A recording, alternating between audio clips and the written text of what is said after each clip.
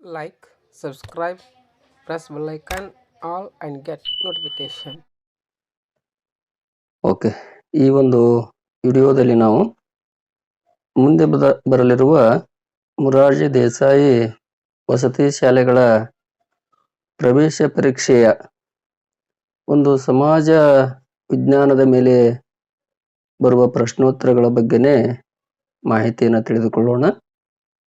ಒಂದು ಸಮಾಜ ವಿಜ್ಞಾನದ ಒಂದು ಮಾದರಿ ಪ್ರಶ್ನೆ ಪತ್ರಿಕೆ ಅಂತಕ್ಕಂಥದ್ರ ಮೂಲಕವಾಗಿ ಆ ಸಮಾಜ ವಿಜ್ಞಾನದ ಮೇಲೆ ಯಾವ ರೀತಿ ಪ್ರಶ್ನೆಗಳು ಬರಬಹುದು ಎಂಬುದರ ಬಗ್ಗೆನೇ ಹೆಚ್ಚಿನ ವಿವರಣೆಯನ್ನ ಈ ವಿಡಿಯೋದ ಮೂಲಕವಾಗಿ ನಾವು ತಿಳಿದುಕೊಳ್ಳೋಣ.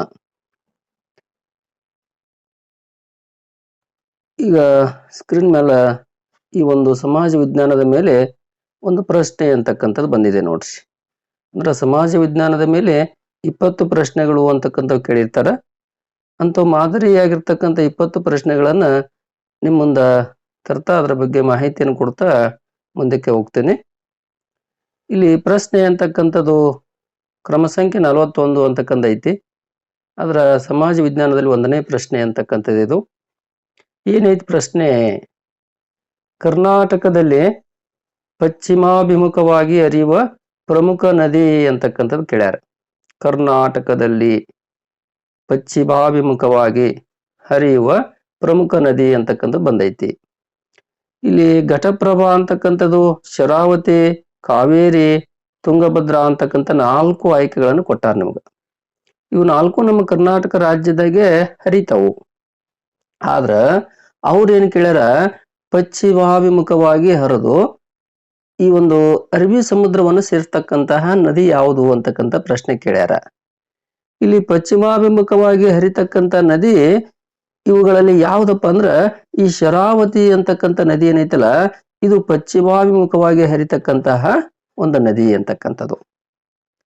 ನಮ್ಮ ಭಾರತ ಅಂತಕ್ಕಂಥದ್ದು ಬಂದಾಗ ಭಾರತ ದೇಶದಲ್ಲಿರ್ತಕ್ಕಂಥ ನದಿಗಳನ್ನ ನಾವು 2 ಗುಂಪುಗಳಾಗಿ ವಿಭಾಗ ಮಾಡ್ಕೊಂಡು ಅಧ್ಯಯನ ಮಾಡ್ತೀವಿ.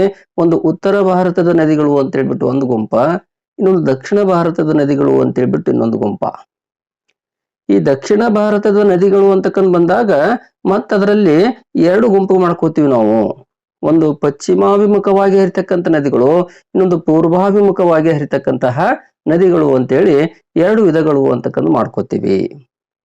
ಅದರಲ್ಲಿ ದಕ್ಷಿಣ ಭಾರತದ ಪಶ್ಚಿಮಾಭಿಮುಖವಾಗಿ ಹರಿತಕ್ಕಂಥ ಪ್ರಮುಖ ನದಿಗಳು ಯಾವಪ್ಪ ಅಂದ್ರ ಈ ನರ್ಮದಾ ಅಂತಕ್ಕಂಥ ನದಿ, ಶರಾವತಿ ಅಂತಕ್ಕಂಥದ್ದು, ನೇತ್ರಾವತಿ ಅಂತಕ್ಕಂಥದ್ದು, ಕಾಳಿ ಅಂತಕ್ಕಂಥದ್ದು, ತಾಪಿ ಅಂತಕ್ಕಂಥದ್ದು, ಜೋಹಾರಿ ಅಂತಕ್ಕಂಥದ್ದು, ಪೆರಿಯಾರ ಅಂತಕ್ಕಂಥ ನದಿಗಳೇನದವಲ್ಲ ಇವು ಪಶ್ಚಿಮಾಭಿಮುಖವಾಗಿ ಹರಿತಕ್ಕಂಥ ನದಿಗಳು. ಇನ್ನ ಪೂರ್ವಾಭಿಮುಖವಾಗಿ ಹರಿತಕ್ಕಂಥ ನದಿಗಳು ಸಹ ದಕ್ಷಿಣ ಭಾರತದಲ್ಲಿ ಕಂಡು ಬರ್ತಾವು. ಈ ಉಳಿದ 3 ನದಿಗಳದಾವ ನೋಡಿ ಆಯ್ಕೆದಾಗ. ಈ ಘಟಪ್ರಭಾ, ಕಾವೇರಿ, ತುಂಗಭದ್ರಾ, ಮಹಾನದಿ, ಗೋದಾವರಿ, ಕೃಷ್ಣ, ಪಾಲಾರ, ಪೆನ್ನಾರ ಇವೆಲ್ಲ ನದಿಗಳೇನಪ್ಪಾ ಅಂತ ಕೇಳಿದಾಗ ಪೂರ್ವಾಭಿಮುಖವಾಗಿ ಹರಿದು ಇವು ಬಂಗಾಳ ಕೊಲ್ಲಿಯನ್ನ ಹೋಗಿ ಸೇರ್ತಾವು. ನೋಡ್ರಿ ಗಮನಿಸ್ರಿ, ಈ ಒಂದು ಪ್ರಶ್ನೆ ಅಂತಕ್ಕಂಥ ನಿಮ್ಗೆ ಪೂರ್ವಾಭಿಮುಖವಾಗಿ ಹರಿತಕ್ಕಂಥ ನದಿ ಎಲ್ಲನೂ ಕೇಳ್ಬೋದು. ಪಶ್ಚಿಮಾಭಿಮುಖವಾಗಿ ಹರಿತಕ್ಕಂತಹ ನದಿ ಅಂತಕ್ಕಂಥದ್ದು ಇಲ್ಲಿ ಪ್ರಶ್ನೆ ಐತಿ. ನಾವು ಮುಂದಿನ ಪ್ರಶ್ನೆಗೆ ಹೋಗೋಣ. ಈಗ 2ನೇ ಪ್ರಶ್ನೆ ಅಂತಕ್ಕಂಥದ್ದು ಸಮಾಜ ವಿಜ್ಞಾನದ ಮೇಲೆ ಏನೈತಿ. 2ನೇ ಪ್ರಶ್ನೆ ಗಮನಿಸ್ತಾ ಬರ್ರಿ. 2ನೇ ಪ್ರಶ್ನೆ ಏನೈತಪ್ಪ ಅಂತ ಕೇಳಿದಾಗ ಕರ್ನಾಟಕದ ಅತ್ಯಂತ ಎತ್ತರವಾದ ಶಿಖರ ಅಂತಕ್ಕಂಥ ಕೇಳ್ಯಾರ. ಕರ್ನಾಟಕದ ಅತ್ಯಂತ ಎತ್ತರವಾದ ಶಿಖರ. ಇಲ್ಲಿ ಆಯ್ಕೆಗಳೇನೇನದಾವ್ ನೋಡ್ರಿ. ಎ ಅಂತಕ್ಕಂಥದ್ದು ಬಾಬಾ ಬುಡನ್ಗಿರಿ, ಬಿ ಅಂತಕ್ಕಂಥದ್ದು ಮಧುಗಿರಿ, ಸಿ ಅಂತಕ್ಕಂಥದ್ದು ಮುಳ್ಳಯ್ಯನಗಿರಿ, ಡಿ ಅಂತಕ್ಕಂಥದ್ದು ಕೊಡಚಾದ್ರಿ ಅಂತಕ್ಕಂಥ ಆಯ್ಕೆಗಳನ್ನು ಕೊಟ್ಟಾರ. ಈ 4 ಆಯ್ಕೆಗಳಲ್ಲಿ ಸರಿಯಾದ ಉತ್ತರ ಅಂತಕ್ಕಂಥದ್ದು ನಮ್ಗೆ ಯಾವ್ದಪ್ಪ ಅಂತ ಕೇಳಿದಾಗ ಈ ಮುಳ್ಳಯ್ಯನಗಿರಿ ಅಂತಕ್ಕಂಥದ್ದು ಕರ್ನಾಟಕ ರಾಜ್ಯದಲ್ಲಿರ್ತಕ್ಕಂಥ ಅತ್ಯಂತ ಎತ್ತರವಾದ ಶಿಖರ. ಅತ್ಯಂತ ಎತ್ತರವಾದ ಶಿಖರ ಯಾವ್ದಪ್ಪ ಅಂತ ಕೇಳಿದಾಗ ಈ ಮುಳ್ಳಯ್ಯನ ಈ ಗಿರಿ ಶಿಖರ ಅಂತಕ್ಕಂಥದ್ದು ಕರ್ನಾಟಕದ ಅತ್ಯಂತ ಎತ್ತರವಾದ ಶಿಖರ. ಇನ್ನ ಈ ಶಿಖರಗಳ ಬಗ್ಗೆ ನಿಮ್ಗೆ ಹೇಳ್ಬೇಕಂದ್ರ ಈ ಪ್ರಪಂಚದಲ್ಲಿ ಅತ್ಯಂತ ಎತ್ತರವಾದ ಶಿಖರ ಅಂತಕ್ಕಂಥ ಪ್ರಶ್ನೆನೂ ಬರ್ಬೋದು ನಿಮ್ಗೆ. ಪ್ರಪಂಚದ ಅತ್ಯಂತ ಎತ್ತರವಾದ ಶಿಖರ ಯಾವ್ದಪ್ಪ ಅಂತ ಕೇಳಿದಾಗ ಮೌಂಟ್ ಎವರೆಸ್ಟ್ ಅಂತಕ್ಕಂಥ ಶಿಖರ. ಮೌಂಟ್ ಎವರೆಸ್ಟ್ ಅಂತಕ್ಕಂಥ ಶಿಖರ ಅತ್ಯಂತ ಎತ್ತರವಾದ ಶಿಖರ ಪ್ರಪಂಚದಲ್ಲಿ. ಇನ್ನೊಂದು ಪ್ರಶ್ನೆನೂ ಬರ್ಬೋದು ನಿಮ್ಗ, ಭಾರತದ ಅತ್ಯಂತ ಎತ್ತರವಾದ ಶಿಖರ ಯಾವುದು ಅಂತಕ್ಕಂಥ ಪ್ರಶ್ನೆನೂ ಬರ್ಬೋದು. ಭಾರತದ ಅತ್ಯಂತ ಎತ್ತರವಾದ ಶಿಖರ ಯಾವುದಪ್ಪ ಅಂತ ಕೇಳಿದಾಗ ಈ ಒಂದು ಮೌಂಟ್ ಗಾಡ್ವಿನ್ ಆಸ್ಟಿನ್ ಅಥವಾ K2 ಅಂತ ಕರಿತೀವಿ ಅದನ್ನ. ಮೌಂಟ್ ಗಾಡ್ವಿನ್ ಆಸ್ಟಿನ್ ಅಥವಾ ಈ K2 ಅಂತಕ್ಕಂಥದ್ದು ಭಾರತದ ಅತ್ಯಂತ ಎತ್ತರವಾದ ಶಿಖರ. ಇನ್ನೊಂದು ಪ್ರಶ್ನೆನೂ ಬರ್ಬೋದು ಇದ್ರೆ ಎತ್ತರದಾಗ, ಯಾವ ರೀತಿಯಪ್ಪ ಅಂತ ಕೇಳಿದಾಗ ದಕ್ಷಿಣ ಭಾರತದ ಅತ್ಯಂತ ಎತ್ತರವಾದ ಶಿಖರ ಯಾವುದು ಅಂತಕ್ಕಂಥ ಪ್ರಶ್ನೆ ಬರ್ಬೋದು. ದಕ್ಷಿಣ ಭಾರತದ ಅತ್ಯಂತ ಎತ್ತರವಾದ ಶಿಖರ ಯಾವ್ದಪ್ಪ ಅಂತ ಕೇಳಿದಾಗ ಇಲ್ಲಿ ಅಣ್ಣೈಮುಡಿ ಅಂತಕ್ಕಂಥ ಶಿಖರ ಏನೈತಲ್ಲ, ಇದು ದಕ್ಷಿಣ ಭಾರತದ ಅತ್ಯಂತ ಎತ್ತರವಾದ ಶಿಖರ. ಯಾವುದು? ಅಣ್ಣೈಮುಡಿ ಅಂತಕ್ಕಂಥದ್ದು. ಇವೊಂದಿಷ್ಟು ಮೂರನ್ನು ನೆನಪಿಟ್ಕೋರಿ. ಅದ್ರ ಜೊತೆ ಕರ್ನಾಟಕದ ಅತ್ಯಂತ ಎತ್ತರವಾದ ಶಿಖರ ಈ ಮುಳ್ಳಯ್ಯನಗಿರಿ ಅಂತಕ್ಕಂಥದ್ದು ನೆನಪಿಲಿಟ್ಕೋರಿ. ನಮ್ಮ ಮುಂದಿನ ಪ್ರಶ್ನೆಗೆ ಹೋಗೋಣ. 3ನೇ ಪ್ರಶ್ನೆ, ಕ್ರಮಬದ್ಧವಾಗಿ 43ನೇ ಪ್ರಶ್ನೆ ಗಮನಿಸ್ರಿ. ಏನೈತಿ 43ನೇ ಪ್ರಶ್ನೆ ಅಂತಕ್ಕಂಥ ನೋಡಿದಾಗ ಬಂದೈತಿ ನೋಡ್ರಿ, ಭಾರತವನ್ನ ಉತ್ತರ ಮತ್ತು ದಕ್ಷಿಣ ಭಾಗಗಳನ್ನಾಗಿ ವಿಂಗಡಿಸುವ ಪ್ರಮುಖ ಅಕ್ಷಾಂಶ ಅಂತಕ್ಕಂಥ ಕೇಳ್ಯಾರ. ಸ್ವಲ್ಪ ಗಮನಿಸ್ರಿ. ಏನೈತಪ್ಪ ಅಂತ ಕೇಳಿದಾಗ ಭಾರತದ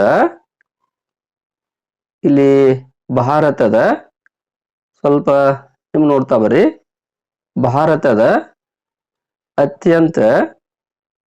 ಭಾರತವನ್ನ ಉತ್ತರ ಮತ್ತು ದಕ್ಷಿಣ ಭಾಗಗಳನ್ನಾಗಿ ವಿಂಗಡಿಸುವ ಪ್ರಮುಖ ಅಕ್ಷಾಂಶ. ಇದಕ್ಕ ಸರಿಯಾದ ಉತ್ತರ ಅಂತಕ್ಕಂಥ ನೋಡ್ತಾ ಬಂದಾಗ ಏನೇನ್ ಆಯ್ಕೆಗಳು ಕೊಟ್ಟಾರ ನೋಡ್ರಿ. 1ನೇ ಆಯ್ಕೆ ಅಂತಕ್ಕಂಥದ್ದು ಕರ್ಕಾಟಕ ಸಂಕ್ರಾಂತಿ ವೃತ್ತ ಅಂತಕ್ಕಂಥ ಕೊಟ್ಟಾರ. ಕರ್ಕಾಟಕ ಸಂಕ್ರಾಂತಿ ವೃತ್ತ ಅಂತ ಕೊಟ್ಟಾರ. ಬಿ ಅಂತಕ್ಕಂಥದ್ದು ಮಕರ ಸಂಕ್ರಾಂತಿ ವೃತ್ತ ಅಂತ ಕೊಟ್ಟಾರ. ಸಿ ಆಯ್ಕೆ ಆರ್ಕಟಿಕ್ ವೃತ್ತ ಅಂತಕ್ಕಂಥ ಕೊಟ್ಟಾರ. ಡಿ ಆಯ್ಕೆ ಅಂಟಾರ್ಟಿಕ್ ವೃತ್ತ ಅಂತಕ್ಕಂಥ ಕೊಟ್ಟಾರ. ಅಂದ್ರೆ ನಮ್ಮ ಭಾರತ ದೇಶದ ಮೇಲೆ ಹಾದು ಹೋಗಿ ಆ ಭಾರತವನ್ನ ಉತ್ತರ ಮತ್ತು ದಕ್ಷಿಣ ಭಾಗಗಳಾಗಿ ವಿಭಾಗ ಮಾಡ್ತಕ್ಕಂಥ ಅಕ್ಷಾಂಶ ಯಾವುದು ಅಂತ ಕೇಳ್ಯಾರ. ವಿಭಾಗ ಮಾಡ್ತಕ್ಕಂಥ ಅಕ್ಷಾಂಶಗಳು ಅಂತಕ್ಕಂಥ ಬಂದಾಗ ಅಕ್ಷಾಂಶ ಅಂತ ಎದಕ್ಕೆ ಕರಿತೀವಪ್ಪ ಅಂತ ಕೇಳಿದಾಗ ಈ ಭೂಮಿಯ ಮೇಲೆ ಪೂರ್ವ ಪಶ್ಚಿಮವಾಗಿ ಎಳೆದಿರ್ತಕ್ಕಂಥ ಒಂದು ಕಾಲ್ಪನಿಕ ರೇಖೆಗಳಿಗೆ ನಾವು ಅಕ್ಷಾಂಶಗಳು ಅಂತ ಕರಿತೀವಿ. ಆ ಅಕ್ಷಾಂಶಗಳಲ್ಲಿ ಅತ್ಯಂತ ಪ್ರಮುಖವಾಗಿರ್ತಕ್ಕಂಥ ಅಕ್ಷಾಂಶ ಯಾವ್ದಪ್ಪ ಅಂದ್ರೆ 0 ಡಿಗ್ರಿ ಅಕ್ಷಾಂಶ. 0 ಡಿಗ್ರಿ ಅಕ್ಷಾಂಶ.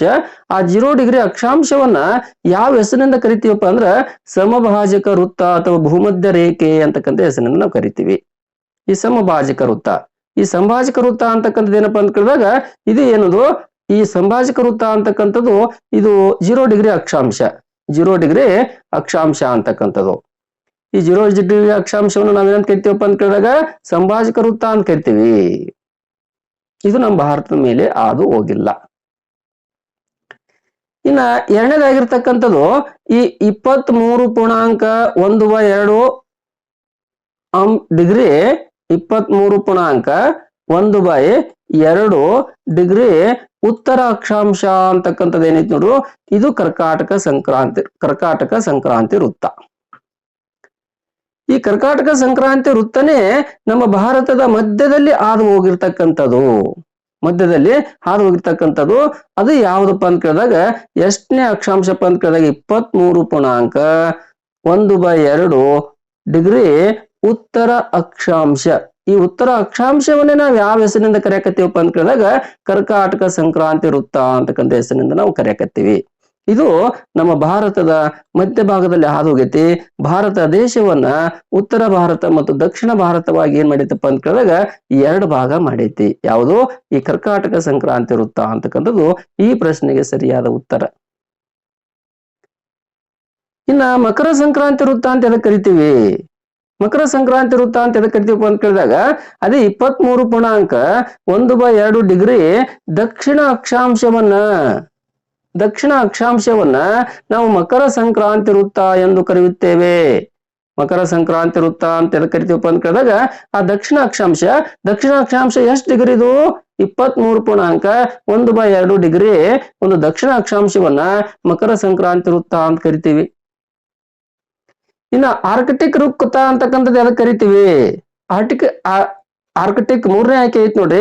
ಆರ್ಕಿಟಿಕ್ ವೃತ್ತ ಅಂತ ಎದಕ್ಕೆ ಕರಿತೀವಪ್ಪ ಅಂತ ಕೇಳಿದಾಗ ಈ 66.1/2 ಡಿಗ್ರಿ ಉತ್ತರ ಅಕ್ಷಾಂಶವನ್ನ 66.1/2 ಡಿಗ್ರಿ ಯಾವ ಅಂತಪ್ಪ ಅಂತ ಕೇಳಿದಾಗ ಇದು ಡಿಗ್ರಿ ಯಾವ ಅಕ್ಷಾಂಶ ಇದು? ಉತ್ತರ ಅಕ್ಷಾಂಶವನ್ನ ನಾವು ಆರ್ಕಿಟಿಕ್ ವೃತ್ತ ಅಂತಕ್ಕಂಥ ಹೆಸರಿನಿಂದ ಕರಿತೀವಿ. ಇನ್ನು ಇನ್ನೊಂದು ಐತಿ ನೋಡಿ ಡಿ ಆಯ್ಕೆ. ಈ ಡಿ ಆಯ್ಕೆ ಅಂತಕ್ಕಂಥದ್ದು ಏನೈತಿ ನೋಡ್ರಿ, ಅಂಟಾರ್ಟಿಕ್ ವೃತ್ತ ಅಂತ ಹೇಳ್ಬಿಟ್ಟು ಎದಕ್ಕೆ ಕರಿತೀವಪ್ಪ ಅಂತ ಕೇಳಿದಾಗ ಇಲ್ಲಿ 66.1/2 ಈ ಒಂದು ದಕ್ಷಿಣ ಅಕ್ಷಾಂಶವನ್ನ ನಾವೇನಂತ ಕರಿತೀವಪ್ಪ ಅಂತ ಕೇಳಿದಾಗ ಅಂಟಾರ್ಟಿಕ್ ವೃತ್ತ ಎಂದು ಕರೆಯುತ್ತೇವೆ. ನೋಡ್ರಿ, ಇವುಗಳ ಮೇಲೆ ಯಾವ ಸ್ವರೂಪದಲ್ಲಿ ಆದರೂ ನಿಮಗೆ ಪ್ರಶ್ನೆ ಬರುವುದು ಅಕ್ಷಾಂಶದ ಮೇಲೆ. ಹೌದಾ? ಇಲ್ಲಿ ಏನ್ ಪ್ರಶ್ನೆ ಮಾಡ್ಯಾರ ನೋಡ್ರಿ, ಭಾರತವನ್ನು ಉತ್ತರ ಮತ್ತು ದಕ್ಷಿಣ ಭಾಗಗಳನ್ನಾಗಿ ವಿಂಗಡಿಸುವ ಪ್ರಮುಖ ಅಕ್ಷಾಂಶ ಅಂತ ಪ್ರಶ್ನೆ ಮಾಡ್ಯಾರ. ಇಲ್ಲಿ ನಮಗ ಉತ್ತರ ಕರ್ಕಾಟಕ ಸಂಕ್ರಾಂತಿ ವೃತ್ತ. ಈ ಕರ್ಕಾಟಕ ಸಂಕ್ರಾಂತಿ ವೃತ್ತ ಅಂತಕ್ಕಂಥದನ್ನ ಯಾವ ಅಕ್ಷಾಂಶ ಕರಿತೀವಪ್ಪ ಅಂತ ಕೇಳಿದಾಗ 23.1/2 ಡಿಗ್ರಿ ಉತ್ತರ ಅಕ್ಷಾಂಶ. ನೆನ್ಪಿಟ್ಕೊರು, ಉತ್ತರ ಅಕ್ಷಾಂಶ ಅದು ನಮ್ಮ ಭಾರತದ ಮಧ್ಯಭಾಗದಲ್ಲಿ ಹಾದು ಹೋಗಿದೆ. ಓಕೆ, ಮುಂದಿನ ಪ್ರಶ್ನೆಗೆ ಹೋಗೋಣ. ಈಗ ಮುಂದಿನ ಪ್ರಶ್ನೆ ನೋಡ್ರಿ,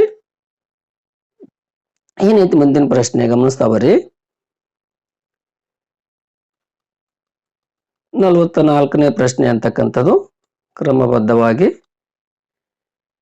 ಭಾರತ ಮತ್ತು ಶ್ರೀಲಂಕಾವನ್ನ ಬೇರ್ಪಡಿಸುವ ಜಲಸಂಧಿ.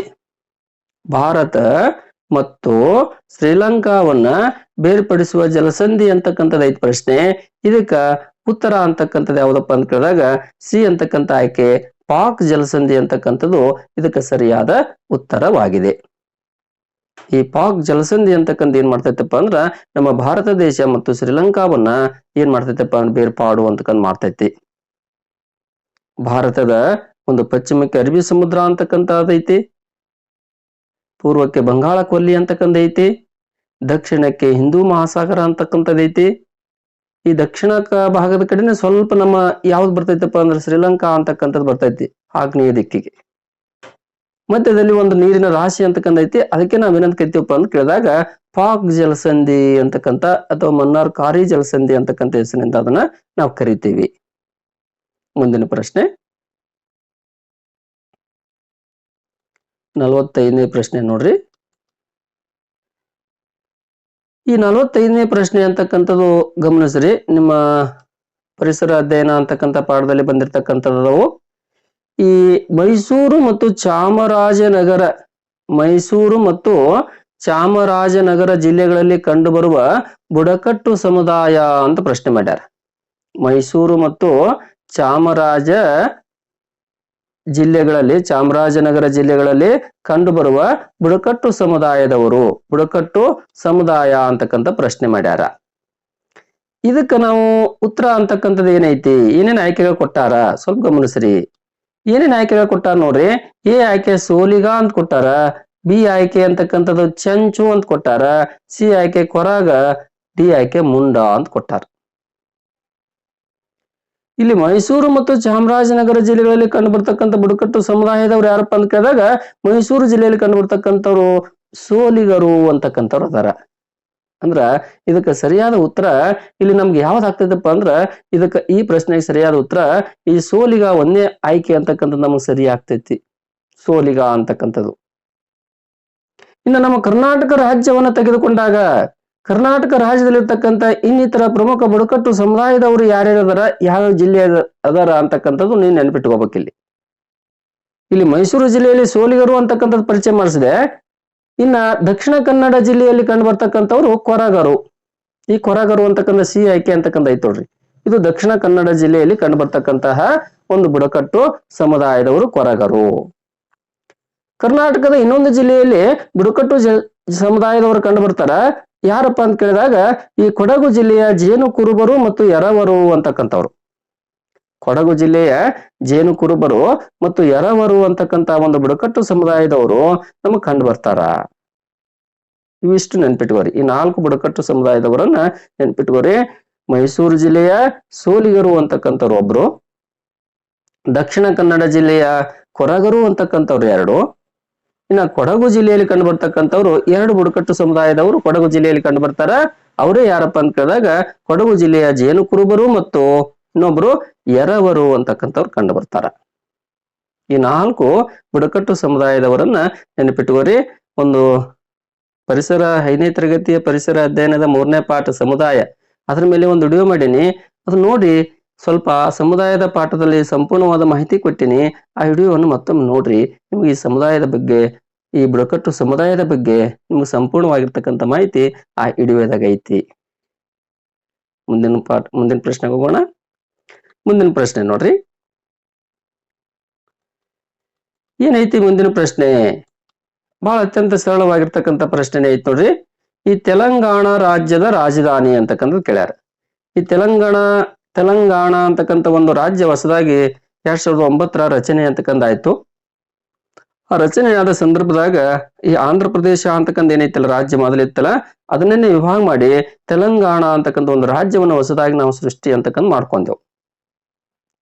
ಈಗ ಪ್ರಸ್ತುತವಾಗಿ ಈ ತೆಲಂಗಾಣ ರಾಜ್ಯದ ರಾಜಧಾನಿ ಯಾವ್ದೈತಪ್ಪ ಅಂತ ಕೇಳಿದಾಗ ಈ ಹೈದರಾಬಾದ್ ಅಂತಕ್ಕಂಥದ್ದೇ ಈ ತೆಲಂಗಾಣ ರಾಜ್ಯದ ರಾಜಧಾನಿ ಆಗಿದೆ. ಹೈದರಾಬಾದ್ ಅಂತಕ್ಕಂಥದ್ದು ಸುಮಾರು 10 ವರ್ಷಗಳ ಕಾಲದವರೆಗೆ ಹೊಸದಾಗಿ ಸೃಷ್ಟಿ ಆಯ್ತಲ್ಲ ಆಂಧ್ರ ಪ್ರದೇಶದಿಂದ ತೆಲಂಗಾಣ ಅಂತಕ್ಕಂಥದ್ದು, ಸುಮಾರು 10 ವರ್ಷದ ಕಾಲದವರೆಗೆ ಎರಡಕ್ಕೂ ಹೈದರಾಬಾದ್ ಅಂತಕ್ಕಂಥ ರಾಜಧಾನಿ ಇರ್ಲಿ ಅಂತ ಹೇಳ್ಬಿಟ್ಟು ಗುರುತು ಮಾಡ್ಕೊಂಡಿದ್ರು. ಈಗ ಇತ್ತೀಚೆಗೆ ಈ ಆಂಧ್ರ ಪ್ರದೇಶದ ರಾಜಧಾನಿ ಯಾವ್ದಪ್ಪ ಅಂತ ಕೇಳಿದಾಗ ಅಮರಾವತಿ ಅಂತಕ್ಕಂಥದ್ದು, ಅದೇ ತೆಲಂಗಾಣದ ರಾಜಧಾನಿ ಯಾವ್ದು ಅಂತ ಕೇಳಿದಾಗ ಈ ಹೈದರಾಬಾದ್ ಅಂತಕ್ಕಂಥದನ್ನ ನೀವು ಸ್ವಲ್ಪ ಏನ್ ಮಾಡ್ರಿ ನೆನ್ಪಿಟ್ಕೋರಿ. ಹೈದರಾಬಾದ ಯಾವುದು ಈ ಒಂದು ತೆಲಂಗಾಣದ ರಾಜಧಾನಿ. ಮುಂದಿನ ಪ್ರಶ್ನೆ ನೋಡ್ರಿ,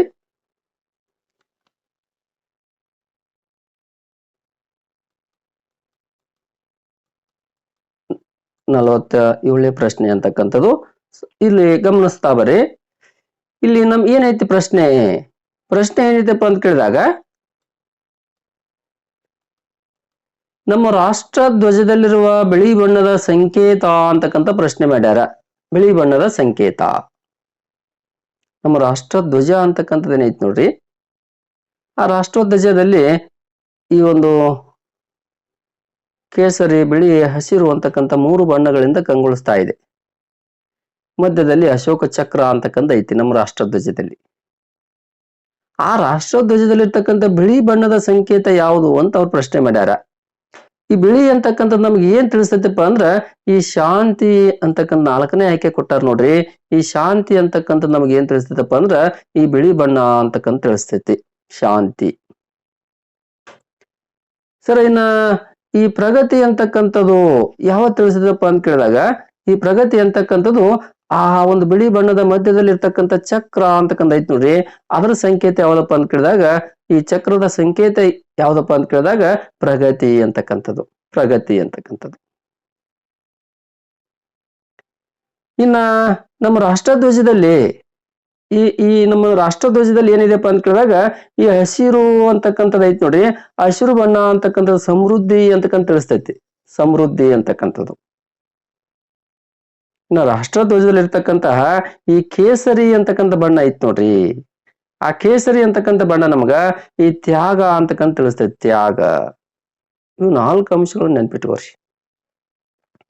ನಮ್ಮ ರಾಷ್ಟ್ರಧ್ವಜ ಅಂತಕ್ಕಂಥ ಬಂದಾಗ ನಮ್ಮ ರಾಷ್ಟ್ರಧ್ವಜದಲ್ಲಿರ್ತಕ್ಕಂಥ ಬಣ್ಣಗಳು 3 ಅಂತಕ್ಕಂಥವು ಅದಾವು. ಒಂದು ಕೇಸರಿ, ಬಿಳಿ, ಹಸಿರು ಅಂತಕ್ಕಂಥದ್ದು.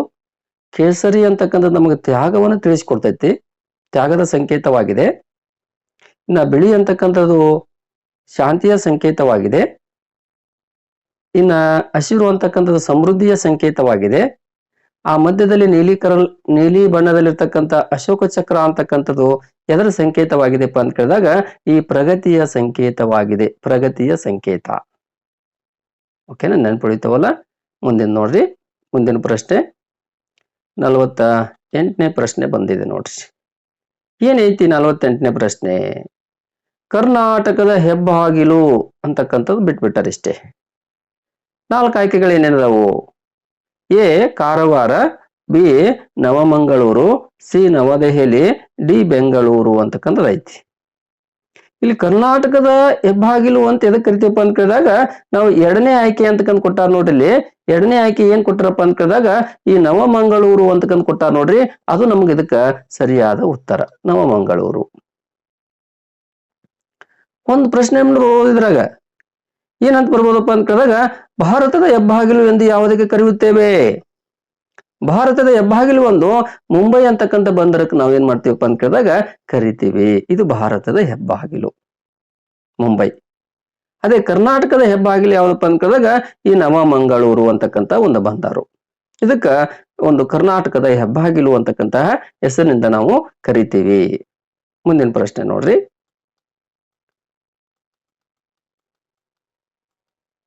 ನೋಡ್ರಿ 49ನೇ ಪ್ರಶ್ನೆ ಕ್ರಮಬದ್ಧವಾಗಿ 9ನೇ ಪ್ರಶ್ನೆ ಕ್ರಮಬದ್ಧವಾಗಿ 49ನೇ ಪ್ರಶ್ನೆ ಇದು ನೋಡ್ರಿ.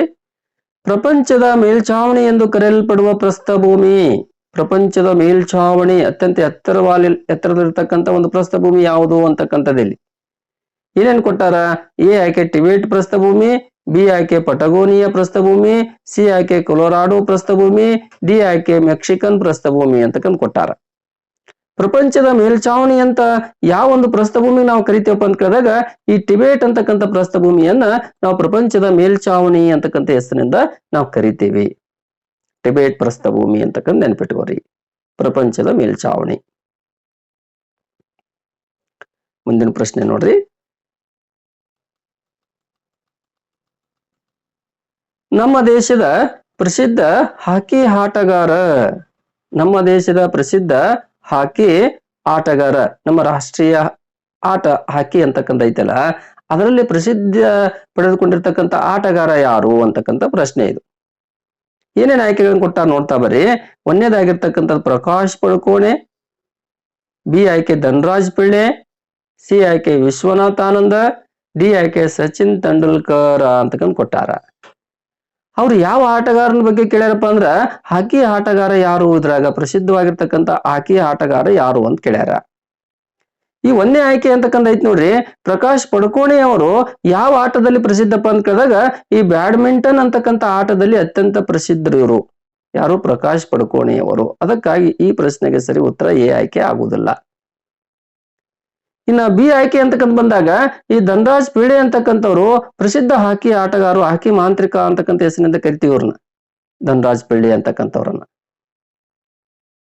ಇನ್ನ ವಿಶ್ವನಾಥ್ ಆನಂದ ಅಂತಕ್ಕಂಥ ಐತಿ ನೋಡ್ರಿ. ಈ ವಿಶ್ವನಾಥ್ ಆನಂದ ಅಂತಕ್ಕಂಥವ್ರು ಚೆಸ್ ಆಟದಲ್ಲಿ ಅತ್ಯಂತ ಪ್ರಸಿದ್ಧರು, ಚೆಸ್ ಆಟಗಾರರು ಇವರು, ವಿಶ್ವನಾಥ್ ಆನಂದ. ಇನ್ನ ಡಿ ಆಯ್ಕೆ ಅಂತಕ್ಕಂಥ ನಿಮ್ಗೆಲ್ಲ ಪರಿಚಯ ಐತಿ, ಸಚಿನ್ ತೆಂಡೂಲ್ಕರ್, ಕ್ರಿಕೆಟಿನ ದೇವರಂತೆ ಕರಿತೀವಿ. ಕ್ರಿಕೆಟ್ ಆಟದಲ್ಲಿ ಅತ್ಯಂತ ಪ್ರಸಿದ್ಧಿಯನ್ನು ಪಡ್ಕೊಂಡಿರ್ತಕ್ಕಂಥವ್ರು ಯಾರಪ್ಪ ಅಂದ್ರ ಈ ಸಚಿನ್ ತೆಂಡೂಲ್ಕರ್ ಅಂತಕ್ಕಂಥವ್ರು. ಈ ಪ್ರಶ್ನೆ ಎದ್ರ ಮೇಲೆ ಐತಪ್ಪ ಅಂದ್ರ ನಮ್ಮ ದೇಶದ ಪ್ರಸಿದ್ಧ ಹಾಕಿ ಆಟಗಾರ, ನಮ್ಮ ದೇಶದ ಪ್ರಸಿದ್ಧ ಹಾಕಿ ಆಟಗಾರ ಯಾರಪ್ಪ ಅಂತ ಕೇಳಿದಾಗ ಧನರಾಜ್ ಪಿಳ್ಳೆ ಅಂತಕ್ಕಂಥದ್ದು ಇವರು ಇದಕ್ಕೆ ಸರಿಯಾದ ಉತ್ತರ. ನಮ್ಮ ದೇಶದ ಪ್ರಸಿದ್ಧ ಹಾಕಿ ಆಟಗಾರ ಧನರಾಜ್ ಪಿಳ್ಳೆ. ಮುಂದಿನ ಪ್ರಶ್ನೆ ನೋಡ್ರಿ.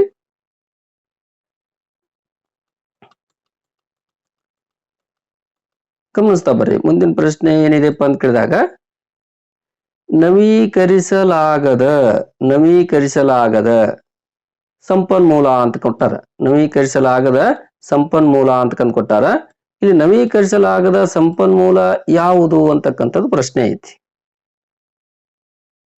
ಎ ಆಯ್ಕೆ ನೀರು ಕೊಟ್ಟಾರ, ಬಿ ಆಯ್ಕೆ ಮಣ್ಣು ಕೊಟ್ಟಾರ, ಸಿ ಆಯ್ಕೆ ಅರಣ್ಯ ಕೊಟ್ಟಾರ, ಡಿ ಆಯ್ಕೆ ಕಲ್ಲಿದ್ದಲು ಅಂತಕ್ಕಂಥ ಕೊಟ್ಟಾರ.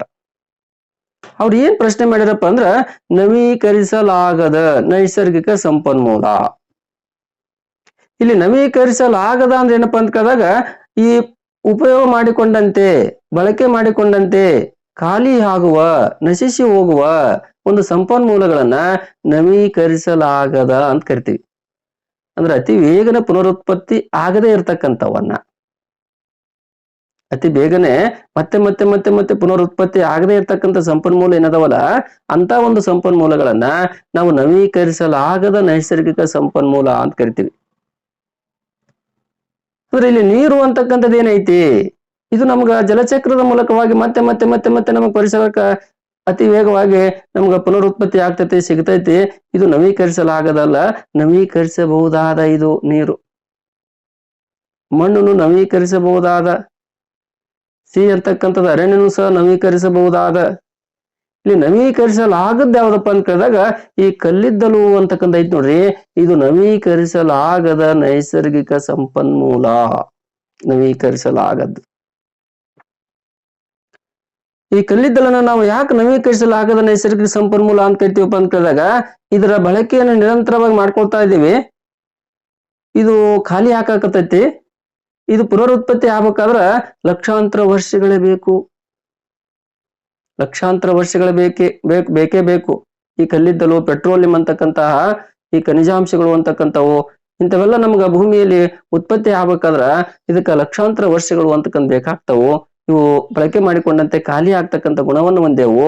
ಆ ಒಂದು ಕಾರಣದಿಂದಾಗಿ ಈ ಒಂದು ಸಂಪನ್ಮೂಲವನ್ನ ನಾವು ನವೀಕರಿಸಲಾಗದ ಸಂಪನ್ಮೂಲ ಅಂತ ಕರಿತೀವಿ.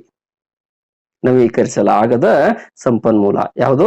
ಇಲ್ಲಿ ಕಲ್ಲಿದ್ದಲು ಬರ್ಬೋದು, ಪೆಟ್ರೋಲಿಯಂ ಅಂತಕ್ಕಂಥ ಕಚ್ಚಾ ತೈಲ, ಪೆಟ್ರೋಲ್, ಡೀಸೆಲ್, ಸೀಮೆ ಎಣ್ಣೆ, ನ್ಯಾಪ್ಥಲಿನ್ ಇವೇನ್ ಬರ್ತಾವ ನೈಸರ್ಗಿಕ ಅನಿಲ, ಇವೆಲ್ಲ ಏನಪ್ಪಾ ಅಂತ ಕೇಳಿದಾಗ ನವೀಕರಿಸಲಾಗದ. ಇನ್ನ ಖನಿಜ ಸಂಪನ್ಮೂಲ ಏನೇನ್ ಬರ್ತಾವ ನೋಡ್ರಿ, ಚಿನ್ನ, ಬೆಳ್ಳಿ, ತಾಮ್ರ, ಇವೆಲ್ಲ ನವೀಕರಿಸಲಾಗದನೆ. ಖನಿಜಗಳು ಏನೇ ಬರ್ಲಿ ಅವೆಲ್ಲ ಏನಪ್ಪಾ ಅಂತ ಕೇಳಿದಾಗ ನವೀಕರಿಸಲಾಗದ ನೈಸರ್ಗಿಕ ಸಂಪನ್ಮೂಲಗಳೇ. ಇಲ್ಲಿ ನವೀಕರಿಸಬಹುದಾದದ್ದು 3 ಅದಾವ ಇಲ್ಲಿ ನಿಮ್ ಕಣ್ಮುಂದ. ಈ ನೀರು ಅಂತಕ್ಕಂಥದ್ದು, ಮಣ್ಣು ಅಂತಕ್ಕಂಥದ್ದು, ಅರಣ್ಯ ಅಂತಕ್ಕಂಥದ್ದು, ಸೌರಶಕ್ತಿ ಅಂತಕ್ಕಂಥದ್ದು, ಗಾಳಿ ಅಂತಕ್ಕಂಥದ್ದು, ಇವೆಲ್ಲ ನವೀಕರಿಸಬಹುದಾದ. ಇವು ಮತ್ತೆ ಮತ್ತೆ ಮತ್ತೆ ಮತ್ತೆ ಪರಿಸರಕ್ಕ ಅತಿ ವೇಗವಾಗಿ ಏನಾಗ್ತಪ್ಪ ಅಂದ್ರೆ ಪುನರುತ್ಪತ್ತಿಯಾಗಿ ಬರ್ತಾವು. ಅದಕ್ಕಾಗಿ ಅವುಗಳನ್ನ ನವೀಕರಿಸಬಹುದಾದ ನೈಸರ್ಗಿಕ ಸಂಪನ್ಮೂಲ ಎಂದು ಕರೆಯುತ್ತೇವೆ. ಇದಕ್ಕೆ ಉತ್ತರ ಗೊತ್ತಾಯ್ತು. ನವೀಕರಿಸಲಾಗದ ಸಂಪನ್ಮೂಲ ಕಲ್ಲಿದ್ದಲು ಅಂತಕ್ಕಂಥದ್ದು ಇದಕ್ಕೆ ಸರಿಯಾದ ಉತ್ತರ ಅಂತಕ್ಕಂಥ ಐತಿ. ಮುಂದಿನ ಪ್ರಶ್ನೆಗೆ ಹೋಗೋಣ ನಾವು ಈಗ. ಮುಂದಿನ ಪ್ರಶ್ನೆ ಅಂತಕ್ಕಂಥದ್ದು ನೋಡಿ 52ನೇ ಪ್ರಶ್ನೆ ಅಂತಕ್ಕಂಥದ್ದು. 3 ಕಡೆ ನೀರು ಮತ್ತು 1 ಕಡೆ ಭೂಮಿಯಿಂದ ಸುತ್ತುವರೆದಿರುವ ಭೂಭಾಗವನ್ನು ಡ್ಯಾಶ್ ಎಂದು ಕರೆಯುವರು. ಇಲ್ಲಿ ಗಮನಿಸ್ತಾ ಬರ್ರಿ, ಪ್ರಶ್ನೆ ಸ್ವಲ್ಪ ಕಾಣ್ತಾ ಇಲ್ಲ ಅನಿಸ್ತೈತಿ, ತೆಳಕ್ ಹೋಗ್ತೀನಿ ನೋಡ್ರಿ. ಏನೈತಿ ಪ್ರಶ್ನೆ ನೀವು ಒಂದ್ ಸ್ವಲ್ಪ ನೋಡ್ಕೊರಿ. 3 ಕಡೆ ನೀರು ಮತ್ತು 1 ಕಡೆ ಭೂಮಿಯಿಂದ ಸುತ್ತುವರೆದಿರುವ ಭೂಭಾಗವನ್ನು ಡ್ಯಾಶ್ ಎಂದು ಕರೆಯುವರು. ನಮ್ಮ ಭಾರತ ದೇಶ ಏನೈತಿ ನೋಡ್ರಿ, ಭಾರತ ದೇಶ 3 ಕಡೆ ನೀರಿನಿಂದ ಆವರಿಸಿಕೊಂಡೈತಿ, 1 ಕಡೆ ಮಾತ್ರ ನೆಲಭಾಗದಿಂದ ಕೂಡೈತಿ. ನಮ್ಮ ಭಾರತ ದೇಶದೇ ಕೊಟ್ಟಾರ. ಅಂದ್ರೆ 3 ಕಡೆ ಯಾವ ಕಡೆ? ಭಾರತದ ಪಶ್ಚಿಮಕ್ಕೆ ಹೋದೆವಂದ್ರ ಅರಬ್ಬಿ ಸಮುದ್ರ ಅಂತಕ್ಕಂಥದ್ದು ನೀರೈತಿ. ಭಾರತದ ದಕ್ಷಿಣಕ್ಕೆ ಬಂದೇವಂತಂದ್ರ ಹಿಂದೂ ಮಹಾಸಾಗರ ಅಂತಕ್ಕಂಥ ಐತಿ. ಭಾರತದ ಪೂರ್ವಕ್ಕೆ ಬಂದೇವಂದ್ರ ಬಂಗಾಳ ಕೊಲ್ಲಿ ಅಂತಕ್ಕಂಥ ಐತಿ. ಉತ್ತರಕ್ಕೆ ಮಾತ್ರ ಹಿಮಾಲಯ ಪರ್ವತ ಅಂತಕ್ಕಂಥ ಐತಿ, ನೆಲಭಾಗ ಭೂಭಾಗ ಅಂತಕ್ಕಂಥ ಐತಿ. ಅಂದ್ರೆ 3 ಕಡೆ ನೀರಿನಿಂದ ಆವರಿಸಿಕೊಂಡಿರ್ತಕ್ಕಂಥದ್ದು, 1 ಕಡೆ ಮಾತ್ರ ಏನೈತಪ್ಪ ಅಂದ್ರ ಭೂಭಾಗ ಅಥವಾ ನೆಲಭಾಗ ಅಂತಕ್ಕಂಥ ಕೂಡಿರ್ತಕ್ಕಂಥ ಪ್ರದೇಶವನ್ನ ಒಂದು ವಿಶೇಷವಾದ ಹೆಸರಿನಿಂದ ನಾವು ಕರಿತೀವಿ. ಅದೇ ಹೆಸರೇನಪ್ಪ ಅಂತ ಕೇಳಿದಾಗ ಪರ್ಯಾಯ ಪ್ರಸ್ಥಭೂಮಿ ಅಂತಕ್ಕಂಥದ್ದು. ನೆನ್ಪಿಟ್ಕೋರಿ ಇದನ್ನ.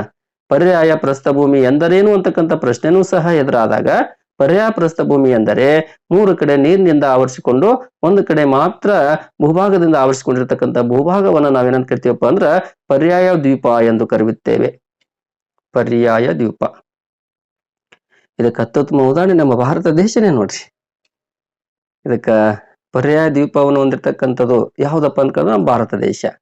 ಯಾಕಂದ್ರೆ ನಮ್ಮ ಭಾರತದ 3 ಕಡೆನೂ ಸಹ ನೀರೈತಿ, 1 ಕಡೆ ಮಾತ್ರ ಭೂಭಾಗ ಐತಿ. ಅದಕ್ಕಾಗಿ ನಮ್ಮ ಭಾರತ ದೇಶ ಒಂದು ಈ ಪರ್ಯಾಯ ದ್ವೀಪಕ್ಕೆ ಉದಾಹರಣೆ ಆಗ್ತೈತಿ. ಸರ್, ದ್ವೀಪ ಅಂದ್ರೆ ಏನು? ಬರೇ ದ್ವೀಪ ಅಂತ ಎದಕ್ಕೆ ಕರಿತೀವಪ್ಪ ಅಂತ ಕೇಳಿದಾಗ, ದ್ವೀಪ ಎಂದರೆ ಸುತ್ತಲೂ ನೀರಿನಿಂದ ಆವರಿಸಿಕೊಂಡಿರ್ತಕ್ಕಂಥ ಭೂಭಾಗವನ್ನ ನಾವು ದ್ವೀಪ ಎಂದು ಕರೆಯುತ್ತೇವೆ. ಅತ್ಯುತ್ತಮ ಉದಾಹರಣೆ ಶ್ರೀಲಂಕಾ ದೇಶ ಐತಿ ನೋಡ್ರಿ. ಆ ಶ್ರೀಲಂಕಾ ಅಂತಕ್ಕಂಥದ್ರ ಸುತ್ತಲೂ ಏನೈತಪ್ಪ ಅಂತ ಕೇಳಿದಾಗ ನೀರಿನಿಂದ ಆವರಿಸಿಕೊಂಡೈತಿ, ಮಧ್ಯದಲ್ಲಿ ಭೂಭಾಗ ಐತಿ, ಶ್ರೀಲಂಕಾ ಅಂತಕ್ಕಂಥ ದೇಶ ಐತಿ, ಅದೊಂದು ದ್ವೀಪ ರಾಷ್ಟ್ರ. ಓಕೆನಾ? ಮುಂದಿನ ಪ್ರಶ್ನೆ ನೋಡ್ರಿ.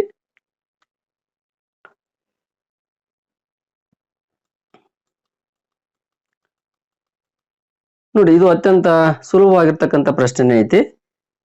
ಕರಾವಳಿ ತೀರದ ಜನರ ಮುಖ್ಯ ಉದ್ಯೋಗ. ಕರಾವಳಿ ತೀರದ ಜನರ ಮುಖ್ಯ ಉದ್ಯೋಗ ಏನೇನ್ ಕೊಟ್ಟಾರ ಆಯ್ಕೆಗಳು ನೋಡ್ರಿ, ಬಹಳ ಸರಳದವು. ಎ ಆಯ್ಕೆ ಕೃಷಿ, ಬಿ ಆಯ್ಕೆ ಕೋಳಿ ಸಾಕಾಣಿಕೆ, ಸಿ ಆಯ್ಕೆ ಹೈನುಗಾರಿಕೆ, ಡಿ ಆಯ್ಕೆ ಮೀನುಗಾರಿಕೆ ಅಂತಕ್ಕಂತ ಕೊಟ್ಟಾರ. ಕರಾವಳಿ ತೀರ ಅಂತ ನಾವ್ ಎದಕ್ಕೆ ಕರಿತೀವಪ್ಪ ಅಂದ್ಕೊಂಡ್ರೆ ಸಾಗರ ಅಥವಾ ಸಮುದ್ರ ತೀರವನ್ನ ನಾವು ಕರಾವಳಿ ತೀರ ಅಂತ ಕರಿತೀವಿ. ಸಾಗರ ಸಮುದ್ರಕ್ಕೆ ಹತ್ರ ಆಗಿದವಪ್ಪ ಅಂದ್ರ ಅಲ್ಲಿ ಜನರು ಸಾಮಾನ್ಯವಾಗಿ ಏನ್ ಕೆಲಸ ಮಾಡಕತ್ತಿರ್ತಪ್ಪ ಅಂದ್ರ ಮೀನನ್ನ ಹಿಡಿತಿರ್ತಾರ. ಅದಕ್ಕಾಗಿ ಕರಾವಳಿ ತೀರದ ಜನರ ಮುಖ್ಯ ಉದ್ಯೋಗ ಯಾವ್ದಪ್ಪ ಅಂತ ಕೇಳಿದಾಗ ಈ ಮೀನುಗಾರಿಕೆ ಅಂತಕ್ಕಂಥದ್ದು ಸರಿಯಾದ ಉತ್ತರ ಅಂತಕ್ಕಂಥ ಐತಿ. ಇದಕ್ಕೆ ಸರಿಯಾದ ಉತ್ತರ ಈ ಒಂದು ಮೀನುಗಾರಿಕೆ. ಈ ಹೈನುಗಾರಿಕೆ ಅಂದ್ರೆ ಏನಂತ ಗೊತ್ತೈತಿ ನಿಮ್ಗ? ಹೈನುಗಾರಿಕೆ ಅಂದ್ರೆ ಏನಪ್ಪಾ ಅಂತ ಕೇಳಿದಾಗ ಹಸು ಎಮ್ಮೆಗಳನ್ನ ಸಾಕಣೆ ಮಾಡುವುದನ್ನೇ ನಾವು ಹೈನುಗಾರಿಕೆ ಅಂತ ಕರಿತೀವಿ. ಹಸು ಎಮ್ಮೆಗಳನ್ನ ಸಾಕಣೆ ಮಾಡ್ತಿದ್ದೇವಂದ್ರ ಅದಕ್ಕೆ ಹೈನುಗಾರಿಕೆ. ಇನ್ನ ಕೃಷಿ ಅಂತಕ್ಕಂಥದ್ದು ವಿಶಾಲವಾದ ಫಲವತ್ತಾದ ಭೂಮಿ ಇತ್ತಂದ್ರೆ ಅಲ್ಲಿ ಹೆಚ್ಚು ಜನರು ಯಾವ ಉದ್ಯೋಗ ಮಾಡ್ತಿರ್ತಾರಪ್ಪ ಅಂದ್ರ ಕೃಷಿ ಕೆಲಸವನ್ನು ಮಾಡ್ತಿರ್ತಾರ. ಈ ಒಂದು ಪ್ರಶ್ನೆಗೆ ಕರಾವಳಿ ತೀರದ ಜನರ ಮುಖ್ಯ ಉದ್ಯೋಗ ಯಾವ್ದಪ್ಪ ಅಂದ್ರ ಈ ಮೀನುಗಾರಿಕೆ ಅಂತಕ್ಕಂಥದ್ದು. ಮುಂದಿನ ಪ್ರಶ್ನೆ,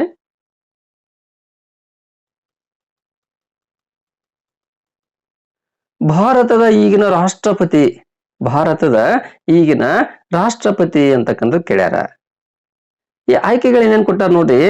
ರಾಮನಾಥ ಕೋವಿಂದ, ನರೇಂದ್ರ ಮೋದಿ, ವೆಂಕಯ್ಯ ನಾಯ್ಡು, ಪ್ರಣಬ್ ಮುಖರ್ಜಿ ನೋಡ್ರಿ. ಭಾರತದ ಈಗಿನ ರಾಷ್ಟ್ರಪತಿ ಕೇಳ್ಯಾರ. ಭಾರತದ ಈಗಿನ ರಾಷ್ಟ್ರಪತಿ ಯಾರಾದ್ರಪ್ಪ ಅಂತ ಕೇಳಿದಾಗ ರಾಮನಾಥ ಕೋವಿಂದ್ ಅಂತಕ್ಕಂಥವ್ರು ಈ ಒಂದು ಭಾರತದ ಈಗಿನ ಸದ್ಯದ ರಾಷ್ಟ್ರಪತಿಯವರ ಹೆಸರು. ಒಂದ್ ವೇಳೆ ಪ್ರಶ್ನೆ, ಭಾರತದ ಈಗಿನ ಪ್ರಧಾನಮಂತ್ರಿಯವರ ಹೆಸರೇನು ಅಂತಕ್ಕಂಥ ಪ್ರಶ್ನೆ ಬಂದಿತ್ತಂದ್ರ ನರೇಂದ್ರ ಮೋದಿ ಅವರು ಆಗ್ತಿದ್ರು, ಬಿ ಆಯ್ಕೆ ಆಗ್ತಿತ್ತು. ಈಗಿನ ಸದ್ಯದ ಭಾರತದ ಪ್ರಧಾನಮಂತ್ರಿ ಯಾರಾದ್ರಪ್ಪ ಅಂತ ಕೇಳಿದಾಗ ನರೇಂದ್ರ ಮೋದಿ ಅವರದಾರ. ಒಂದ್ ವೇಳೆ ಪ್ರಶ್ನೆ, ಈಗಿನ ಭಾರತದ ಉಪರಾಷ್ಟ್ರಪತಿಯವರ ಹೆಸರೇನು ಅಂತ ಬಂದಿತ್ತಂದ್ರ ವೆಂಕಯ್ಯ ನಾಯ್ಡು ಅವರು ಆಗ್ತಿದ್ರು, ಸಿ ಆಯ್ಕೆ ಆಗ್ತಿತ್ತು ಉತ್ತರ. ಅಂದ್ರ ಈಗಿನ ಭಾರತದ ಉಪರಾಷ್ಟ್ರಪತಿಯವರು ಯಾರಾದ್ರಪ್ಪ ಅಂತ ಕೇಳಿದಾಗ ವೆಂಕಯ್ಯ ನಾಯ್ಡು ಅವರದಾರ. ಈ ಪ್ರಣಬ್ ಮುಖರ್ಜಿ ಅವರು ಹಿಂದೆ ಇದ್ರು, ರಾಷ್ಟ್ರಪತಿ ಆಗಿದ್ರು ಇವರು. ಈಗಿದ್ದಿದ್ ಕೇಳ್ಯಾರ ಅವರು. ಭಾರತದ ಈಗಿನ ರಾಷ್ಟ್ರಪತಿ ಕೇಳ್ಯಾರ. ಅದಕ್ಕಾಗಿ ಈಗಿನ ರಾಷ್ಟ್ರಪತಿ ಯಾರಾದ್ರಪ್ಪ ಅಂತ ಕೇಳಿದಾಗ ಈ ರಾಮನಾಥ ಕೋವಿಂದ್ ಅಂತಕ್ಕಂಥವ್ರು ಈಗಿನ ಭಾರತದ ರಾಷ್ಟ್ರಪತಿಯವರು. ನೆನ್ಪಿಟ್ಕೋರಿದೊಂದು. ಪ್ರಧಾನಮಂತ್ರಿ ನರೇಂದ್ರ ಮೋದಿ ಅವರದಾರ, ಉಪರಾಷ್ಟ್ರಪತಿಯವರು ವೆಂಕಯ್ಯ ನಾಯ್ಡು ಅವರದಾರ. ಇವು ಒಂದು 3 ಅಂಶ ನೆನ್ಪಿಟ್ಕೋರಿ. ಮುಂದಿನ ಪ್ರಶ್ನೆ ನೋಡ್ರಿ.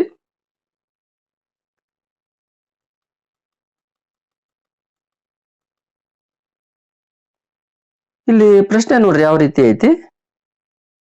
ಕೆಳಗಿನವುಗಳಲ್ಲಿ ಯಾವುದು ರಾಷ್ಟ್ರೀಯ ಹಬ್ಬವಲ್ಲ ಅಂತಕ್ಕಂಥ ಪ್ರಶ್ನೆ ಐತಿ. ರಾಷ್ಟ್ರೀಯ ಹಬ್ಬ ಅಂತ ನಾವು ಯಾವಗಳನ್ನು ಕರಿತೀವಿ? ಧಾರ್ಮಿಕ ಹಬ್ಬಗಳು ಸಾಕಷ್ಟು, ಒಂದೊಂದು ಧರ್ಮಕ್ಕೆ ಒಂದೊಂದು ಹಬ್ಬಗಳು ಬರ್ತಾವ ಬಿಡ್ರಿ. ಆದ್ರೆ ಎಲ್ಲರೂ ಸೇರಿ, ನಮ್ಮ ಭಾರತದಲ್ಲಿರ್ತಕ್ಕಂಥ ಎಲ್ಲರೂ ಸೇರಿ, ಎಲ್ಲಾ ಪ್ರಜೆಗಳು ಸೇರಿ ಆಚರಣೆ ಮಾಡ್ತಕ್ಕಂಥ ಹಬ್ಬಗಳೇನದಾವಲ್ಲ ಅವಕ್ಕೆ ರಾಷ್ಟ್ರೀಯ ಹಬ್ಬಗಳು ಅಂತ ಕರಿತೀವಿ. ಎಲ್ಲಾ ಧರ್ಮದವರು, ಯಾವುದೇ ಭಾಷೆ, ಯಾವುದೇ ಮತ ಏನೇ ಇರಲಿ, ಎಲ್ಲರೂ ನಾವು ಭಾರತೀಯರು ಅಂತಕ್ಕಂಥ ಮನೋಭಾವನೆಯಿಂದ ಅತಿ ಉತ್ಸಾಹದಿಂದ ಸಡಗರ ಸಂಭ್ರಮದಿಂದ ಕೆಲವೊಂದು ಹಬ್ಬಗಳನ್ನು ನಾವು ಆಚರಣೆ ಮಾಡ್ತೀವಿ. ಆ ರಾಷ್ಟ್ರೀಯ ಹಬ್ಬಗಳಲ್ಲಿ ಇವುಗಳಲ್ಲಿ ನಾಲ್ಕು ಆಯ್ಕೆಗಳು ಕೊಟ್ಟ ನಿಮ್ಗೆ ತೆಳಗದಾವು. ಅವುಗಳಲ್ಲಿ ಯಾವ್ದು ರಾಷ್ಟ್ರೀಯ ಹಬ್ಬ ಅಲ್ಲ ಅಂತಕ್ಕಂಥ ಪ್ರಶ್ನೆ ಮಾಡ್ಯಾರ. ನೆಗೆಟಿವ್ ಐತಿ ಪ್ರಶ್ನೆ, ನಕಾರಾತ್ಮಕ ಐತಿ. ಇಲ್ಲಿ ಪ್ರಶ್ನೆ ಭಾಗವನ್ನು ಓದ್ಕೋರಿ. ಇಲ್ಲಿ ನಾವು ಏನೇನ್ ಆಯ್ಕೆಗಳನ್ನು ಕೊಟ್ಟ ನೋಡ್ತಾ ಬರ್ತೀವಿ ನೋಡಿ, ಚರ್ಚೆ ಮಾಡ್ತೀವಿ ನೋಡ್ರಿ. ಇಲ್ಲಿ ಗಣರಾಜ್ಯೋತ್ಸವ ದಿನ ಅಂತಕ್ಕಂಥದನ್ನ ಪ್ರತಿ ವರ್ಷ ಜನವರಿ 26ರಂದು ಸಡಗರ ಸಂಭ್ರಮದಿಂದ ನಾವೆಲ್ಲರೂ ಏನ್ ಮಾಡ್ತೀವಪ್ಪ ಅಂತ ಕೇಳಿದಾಗ ಗಣರಾಜ್ಯೋತ್ಸವ ದಿನವನ್ನು ಆಚರಣೆ ಮಾಡ್ತೀವಿ. ಅವತ್ತಿನ ದಿನನೇ ನಮ್ಮ ಭಾರತ ದೇಶದ ಸಂವಿಧಾನ ಅಂತಕ್ಕಂಥದ್ದು ಏನಾಯ್ತಪ್ಪ ಅಂದ್ರ ಜಾರಿಗೆ ಬತ್ತು. 1950 ಜನವರಿ 26ರಂದು ನಮ್ಮ ಭಾರತ ದೇಶದ ಸಂವಿಧಾನ ಅಂತಕ್ಕಂಥ ಏನಾಯ್ತಪ್ಪ ಅಂದ್ರ ಜಾರಿಗೆ ಬತ್ತು. ಆ ಜಾರಿಗೆ ಬಂದ ಸುದಿನವನ್ನ, ಅದರ ಸವಿ ನೆನಪಿಗಾಗಿ ಪ್ರತಿ ವರ್ಷ ನಾವ್ ಏನ್ ಮಾಡಕತ್ತೀವಪ್ಪ ಜನವರಿ 26ರನ್ನ ಗಣರಾಜ್ಯೋತ್ಸವ ದಿನವನ್ನ ಆಚರಣೆ ಮಾಡ್ತೀವಿ. ಇಡೀ ಭಾರತ ತುಂಬೆಲ್ಲ ಸಡಗರ ಸಂಭ್ರಮದಿಂದ ಆಚರಣೆ ಮಾಡ್ತೀವಿ ಅಂದ್ರೆ ಇದು ರಾಷ್ಟ್ರೀಯ ಹಬ್ಬ. ಇದೊಂದು ರಾಷ್ಟ್ರೀಯ ಹಬ್ಬ. ಇನ್ನ ಬಿ ಆಯ್ಕೆ ಅಂತಕ್ಕಂಥದ್ದು ಗಾಂಧಿ ಜಯಂತಿ ಅಂತಕ್ಕಂಥದ್ದು, ಇದು ಸಹ ಸಡಗರ ಸಂಭ್ರಮದಿಂದ ಇಡೀ ಭಾರತ ತುಂಬೆಲ್ಲ ನಾವೇನ್ ಮಾಡ್ತೀವಪ್ಪ ಅಂದ್ರ ಆಚರಣೆ ಮಾಡ್ತೀವಿ. ಇದೊಂದು ರಾಷ್ಟ್ರೀಯ ಹಬ್ಬ. ಇನ್ನ ಸಿ ಆಯ್ಕೆ ಅಂತಕ್ಕಂಥದ್ದು ಸ್ವಾತಂತ್ರ್ಯ ದಿನ.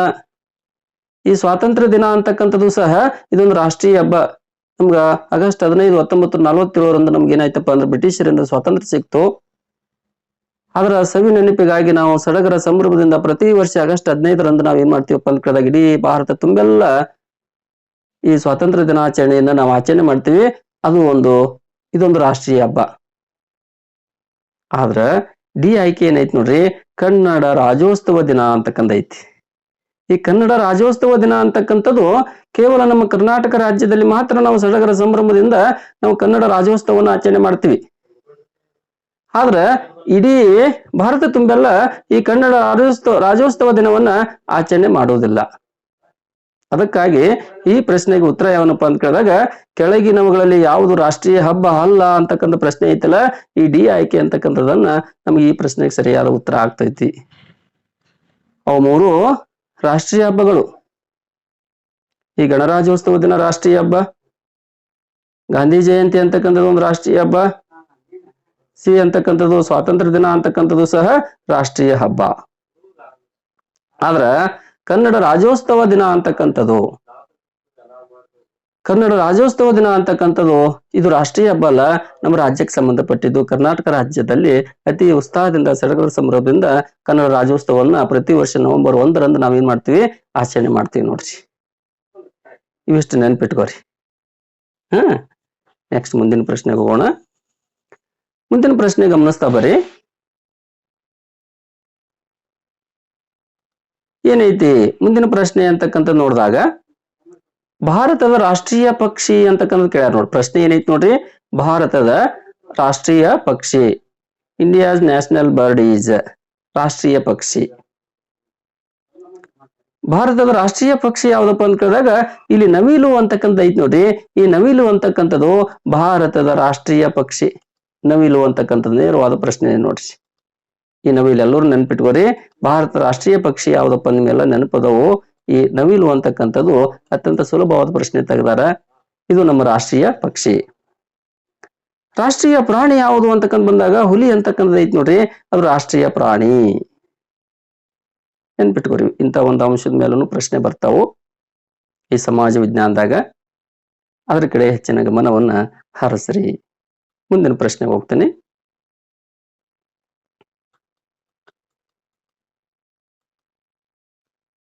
ಈ ನಕ್ಷೆಯಲ್ಲಿ ಜಲರಾಶಿಯನ್ನು ತೋರಿಸುವ ಬಣ್ಣ, ಈ ನಕ್ಷೆ ಇರ್ಬೋದು, ಈ ಗ್ಲೋಬ್ ಅಂತಕ್ಕಂಥದ್ದು, ಭೂಗೋಳ ಅಂತಕ್ಕಂಥದ್ದು, ಗ್ಲೋಬ್ ಅಂತಕ್ಕಂಥ ಭೂಮಿಯ ಮಾದರಿ ಅಂತಕ್ಕಂಥ ಇರ್ಬೋದು, ಈ ಭೂಪಟ ಅಂತಕ್ಕಂಥ ಇರ್ಬೋದು. ಇಂಥವ್ ಕಡೆಗಳೆಲ್ಲ ನಾವು ಈ ಈ ಈ ನೀರು ಅಂತಕ್ಕಂಥ ಐತಿ, ಇಲ್ಲಿ ಈ ಸ್ಥಳದಲ್ಲಿ ನೀರು ಐತಿ ಅಂತ ಹೇಳ್ಬಿಟ್ಟು ಯಾವ ಬಣ್ಣದಿಂದ ಸೂಚಿಸ್ತೀರಿ ಅಂತಕ್ಕಂಥ ಪ್ರಶ್ನೆ ಐತಿ. ನಕ್ಷೆಯಲ್ಲಿ ಜಲರಾಶಿಯನ್ನು ತೋರಿಸುವ ಬಣ್ಣ ಯಾವ್ದಪ್ಪ ಅಂತ ಕೇಳಿದಾಗ ಈ ನೀಲಿ ಬಣ್ಣ ಅಂತಕ್ಕಂಥ ಇದಕ್ಕೆ ಸರಿಯಾದ ಉತ್ತರ. ನೀಲಿ ಬಣ್ಣದಿಂದ ನಾವ್ ಏನ್ ಮಾಡ್ತೀವಪ್ಪ ಅಂತ ಕೇಳಿದಾಗ ಆ ಒಂದು ನೀರ್ ಐತಿ ಅಂತ ಹೇಳ್ಬಿಟ್ಟು ನಾವು ಸೂಚಿಸ್ತೀವಿ. ಒಂದ್ ವೇಳೆ ನೀ ಭೂಪಟದಾಗ ಅಥವಾ ನಕ್ಷದಾಗ ಗ್ಲೋಬ್ನಾಗ ನೀಲಿ ಬಣ್ಣ ಹಾಕಿದ್ರಂದ್ರ ಅಲ್ಲಿ ಏನೈತಿ ಅಂತ ತಿಳ್ಕೊಬೇಕಪ್ಪ ಅಂದ್ರೆ ನೀವು ನೀರೈತಿ, ಅಲ್ಲಿ ನೀರೈತಿ ಅಂತಕ್ಕಂಥದನ್ನ ನಾವು ಅರ್ಥ ಮಾಡ್ಕೋಬೇಕು. ನೀಲಿ ಬಣ್ಣ ಅಂತಕ್ಕಂಥ ನೆನ್ಪಿಟ್ಕೋರಿ.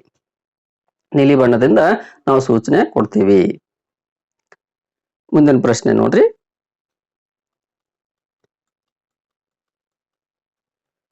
ಕರ್ನಾಟಕದ ಮೊದಲ ರಾಜಮನೆತನ ಯಾವುದು ಅಂತ ಪ್ರಶ್ನೆ ಮಾಡ್ಯಾರ. ಕರ್ನಾಟಕದ ಮೊದಲ ರಾಜಮನೆತನ ಯಾವ್ದಪ್ಪ ಅಂತ ಕೇಳಿದಾಗ ಕದಂಬರು ಅಂತಕ್ಕಂಥವ್ರು.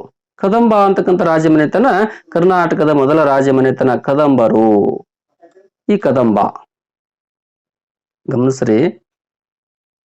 ಈ ಕರ್ನಾಟಕ ರಾಜ್ಯವನ್ನ ಮೊದಲು ಶಾತವಾಹನರು ಅಂತಕ್ಕಂಥ ಒಂದು ರಾಜಮನೆತನ ಆಡಳಿತ ಮಾಡ್ತಿತ್ತು. ಆದ್ರೆ ಶಾತವಾಹನರು ಅಂತಕ್ಕಂಥವ್ರು ಅಚ್ಚ ಕನ್ನಡದವರಲ್ಲ. ಅಚ್ಚ ಕನ್ನಡದಲ್ಲಿ ರಾಜಮನೆತನ, ಕನ್ನಡ ನಾಡನ್ನ ಆಳಿರ್ತಕ್ಕಂಥ ಕನ್ನಡಿಗರೇ ಆಗಿರ್ತಕ್ಕಂಥ ಒಂದು ರಾಜಮನೆತನ ಯಾವ್ದಪ್ಪ ಅಂತ ಕೇಳಿದಾಗ ಈ ಕದಂಬರು ಅಂತಕ್ಕಂಥವ್ರು. ಈ ಕದಂಬರು ಆದ ನಂತರ ನೀವೆಲ್ಲ ಗಂಗರು,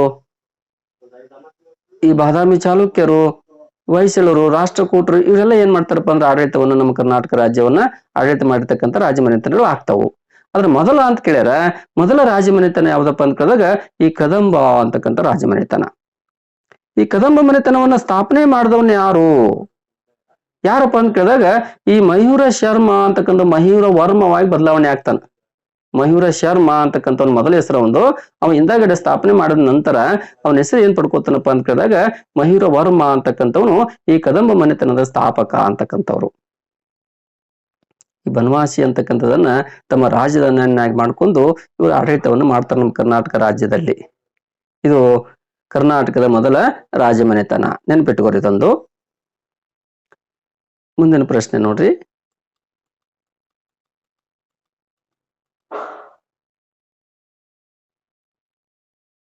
ಏನೈತಿ?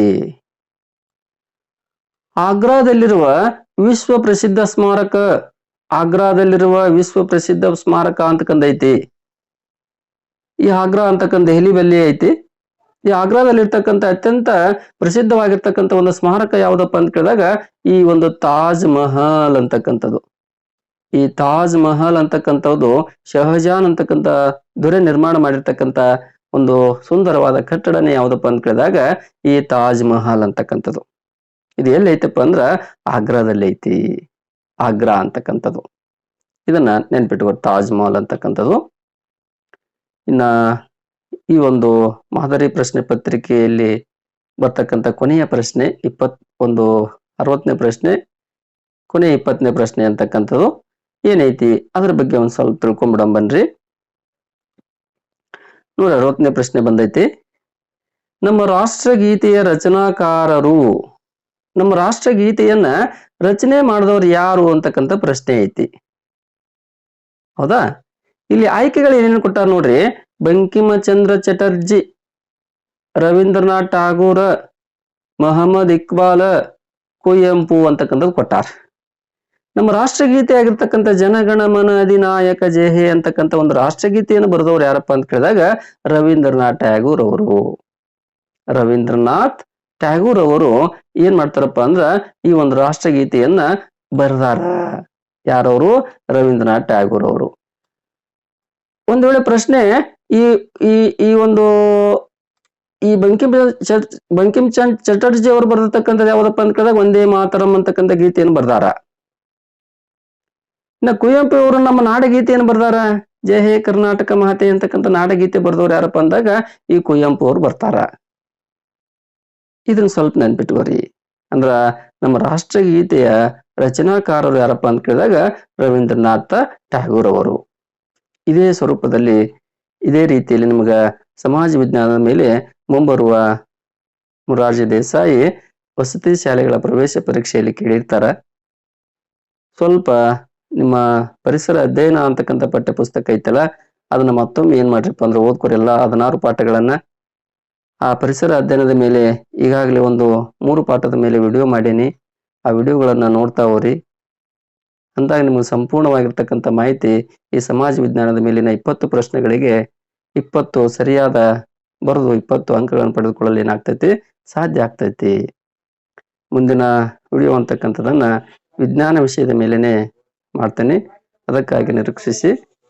ಇಲ್ಲಿವರೆಗೆ ಕೇಳಿರ್ತಕ್ಕಂಥ ನೋಡಿರ್ತಕ್ಕಂಥ ಈ ವಿಡಿಯೋ ನೋಡಿರ್ತಕ್ಕಂಥವ್ರು ಎಲ್ಲರಿಗೆ ಧನ್ಯವಾದಗಳು.